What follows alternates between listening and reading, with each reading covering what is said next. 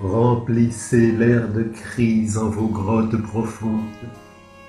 Pleurez, nymphes de veau, faites croître vos ondes, et que l'encueil enflé ravage les trésors dont les regards de Flore ont embelli ses bords.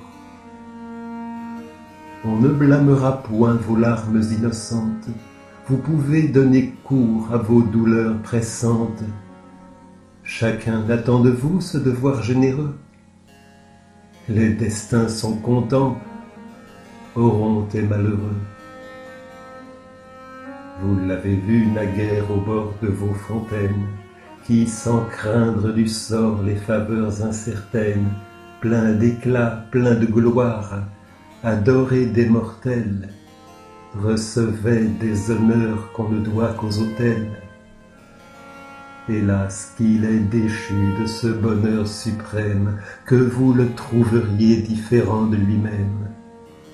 Pour lui, les plus beaux jours sont de seconde nuit, les soucis dévorants, les regrets, les ennuis, hôtes infortunés de sa triste demeure, en des gouffres de maux le plongent à toute heure. Voilà le précipice où l'ont enfin jeté les attraits enchanteurs de la prospérité. Dans les palais des rois, cette plainte est commune. On n'y connaît que trop les jeux de la fortune, ses trompeuses faveurs, ses appas inconstants, mais on ne les connaît que quand il n'est plus temps. Lorsque sur cette mer on vogue à pleine voile, qu'on croit avoir pour soi les vents et les étoiles, il est bien malaisé de régler ses désirs. Le plus sage s'endort sur la foi des zéphyrs.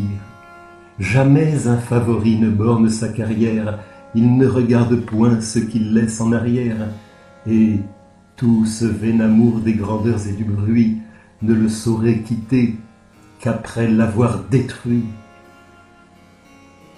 Tant d'exemples fameux que l'histoire en raconte, ne suffisait-il pas sans la perte d'Oronte? Ah, si ce faux éclat n'eût point fait ses plaisirs, si le séjour de veau eût borné ses désirs, qu'il pouvait doucement laisser couler son âge.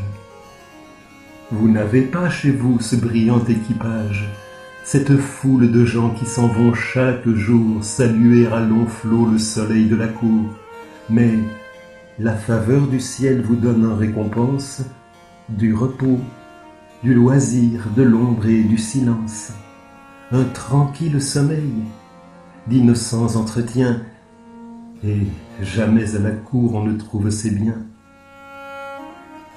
Mais quittons ces pensées, Oronte nous appelle, vous dont il a rendu la demeure si belle, nymphe qui lui devez vos plus charmants appas, si le long de vos bords l'ouïe porte ses pas, tâchez de l'adoucir, fléchissez son courage. Il aime ses sujets, il est juste, il est sage, du titre de Clément, rendez-le ambitieux. C'est par là que les rois sont semblables aux dieux, du magnanime Henri qu'il contemple la vie, dès qu'il put se venger, il en perdit l'envie. Inspirez à Louis cette même douceur, la plus belle victoire est de vaincre son cœur. Oronte est à présent un objet de clémence.